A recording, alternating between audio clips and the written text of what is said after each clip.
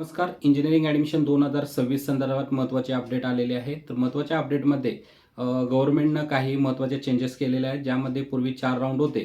तर 4 राऊंडमध्ये बेटरमेंटसाठी पूर्वी ₹1000 घेतले जायचे, जे 4ही राऊंडसाठी कॉमन असायचे. पण यावर्षी त्यांनी बेटरमेंटमध्ये खूप मोठा निर्णय घेतलेला आहे. तर कॅप राऊंड 1मध्ये जर तुमची सीट ॲक्सेप्टन्स केली आणि जर बेटरमेंट केलं असेल तर तुम्हाला ₹1000 इतकं शुल्क लागणार आहे. कॅप राऊंड 2मध्ये जर तुम्ही बेटरमेंट केली त्यासाठी तुम्हाला शुल्क हा ₹2000 लागणार आहे. कॅप राऊंड 3मध्ये बेटरमेंट करून जर तुम्ही सीट ॲक्सेप्टन्स केली तर त्यासाठी ₹3000 इतकं शुल्क लागणार आहे. तर या नोटीसचं सर्वांनी मी नोटीस ग्रुपवर पाठवलेली आहे. तर याचा सर्वांनी विचार करावा. त्यामुळे सर्वांनी जे काही चॉईस फिलिंग कराल तर चॉईस फिलिंग करताना काळजीपूर्वक करावेत, जेणेकरून आपल्याला पहिल्या राऊंडला चांगल्यात चांगलं कॉलेज मिळेल.